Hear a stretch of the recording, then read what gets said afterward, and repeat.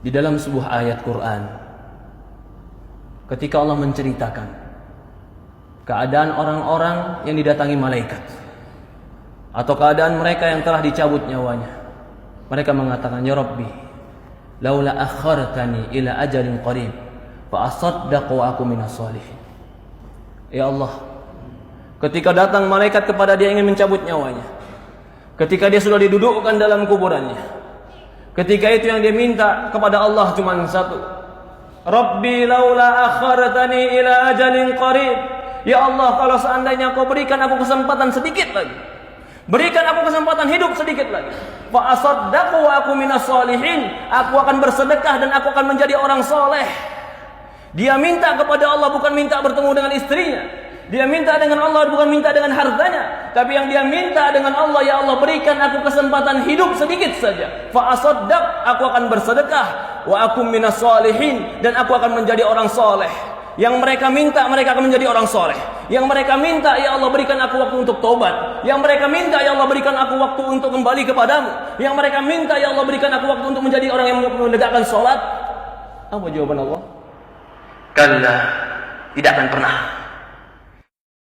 Jika telah datang ajaluha, ajalnya, la yastaqdimuna sa'atan wa la yasta'khirun.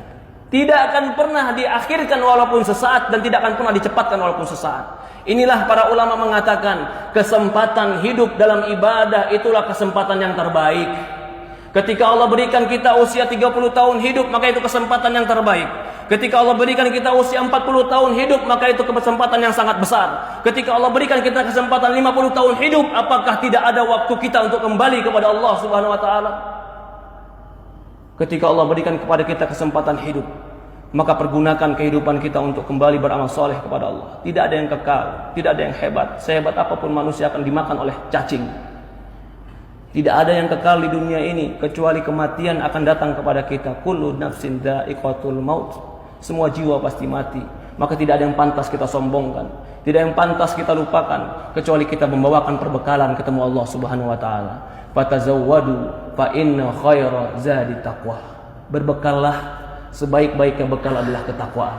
Perhatikan tadi ketika kita membaca dalam sebuah ayat Al-Quran, ketika didatangkan dia waltaqatis syaqqa bisyaq, ketika dicabut nyawanya, lalu apa yang terjadi? Betis dengan betisnya bertemu, semua badannya kram. Kenapa dia lakukan? Fala saddaqa wala shalla. Allah sebutkan sebabnya. Walakin kadzdzaba wa tawalla. Tidak sedekah, tidak membenarkan Quran, tidak membenarkan hadis, wala shalla, tidak mengerjakan salat. Walakin kadzdzaba wa tawalla, bahkan mendustakan cerita Allah, mendustakan cerita Rasul, wa tawalla, bahkan berpaling ketika diajak kepada Allah dan Rasulnya. Ya ibadallah, qu anfusakum wa ahlikum nara. Jaga diri kita dan keluarga kita dari api neraka. Yang menceritakan ini semua adalah baginda Nabi kita Sayyidina Muhammad sallallahu alaihi wasallam.